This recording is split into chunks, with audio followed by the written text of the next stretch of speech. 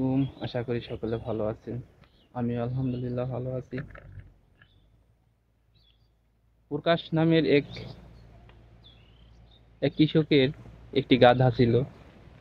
সেই গাধাটির যখন যৌবন ছিল, সেই যৌবনে গাধাটিকে দিয়ে কৃষক অনেক চাষ করিয়েছে। তার কৃষি ক্ষেতে কাজ করিয়েছে, তিনি মাল পরিবহনের জন্য কাজ করিয়েছেন। তার নিত্য নৈমিত্তিক যে পরিশ্রমের কাজ আসে, সব কাজই সে তাকে দিয়ে করিয়েছে।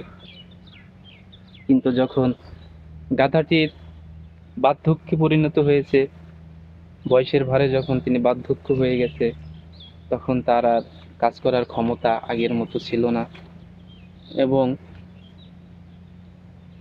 তিনি নিজেকে আগের মতো ফিটও রাখতে পারেনি, যেহেতু বয়স হয়ে গেছে। তো একদিন গাধাটি বাড়ি থেকে বের হয়েছে খাওয়ার জন্য, কারণ গৃহস্থ তাকে সঠিকভাবে খাবার দিত না, ছেড়েই রাখতো।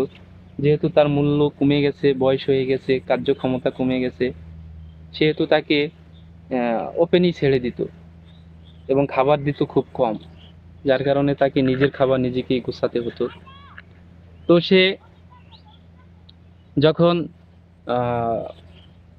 খাবার খাইতেছিল, খাইতে খাইতে সন্ধ্যা হয়ে গেছে, সে টের পায়নি। যখন সে টের পেল তখন সন্ধ্যা হয়ে গেছে। এদিকে গৃহস্থ তাকে খুব খুঁজতেছিল সন্ধ্যার আগ পর্যন্ত, কিন্তু সন্ধ্যার পরে আর তাকে আর খুঁজে নাই। যখন খুঁজে না পেয়েছে, তখন তিনি মনে মনে ভাবছে, যাজ্ঞা, আপদ বিদায় হয়েছে। ওর তো এখন ওকে দিয়ে কোনো কাজ করানো যায় না, শুধু খাওয়াইতে হয়।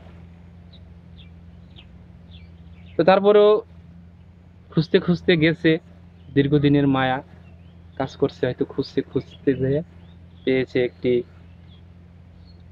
কূপের ভিতরে, পরিত্যক্ত কূপ। সেই কূপের ভিতরে তাকে পেয়ে দেখে যে ওখান থেকে তাকে উঠানো যাবে না, উঠাইতে যে খরচ হবে তা ওই গৃহস্থ মেটানোর জন্য প্রস্তুত ছিল না। যার কারণে তিনি একটি কোদাল এনে সেই কূপের মধ্যে উপর থেকে মাটি ফেলে তাকে কূপের মধ্যেই শায়িত করে দিতে চেয়েছিলেন। যার কারণে সে কোনো দিক বিচার বিশ্লেষণ না করে, কোনো দিক না চেয়ে থেকে সে শুধু কূপের মধ্যে বালু ফেলতে, মাটি ফেলতে থাকলো। অনেকক্ষণ বালু ফেলার পরে যখন ভাবলো যে এখন গাধাটি মাটির নিচে পড়ে গেছে, তখন তিনি চেয়ে দেখে যে গাধাটি তার পাশেই। গাধাটি কি করেছিল, যখন মাটি ফেলছিল তার গায়ের উপরে, সে যে মাটিটুকু গায়ের উপর পড়ছে সেইটা ঝাঁকি দিয়ে মাটিটা নিচে ফেলে দিছে। সে মাটির উপর সে দাঁড়িয়েছে। আস্তে আস্তে সে কূপের উপরে উঠে গিয়েছিল।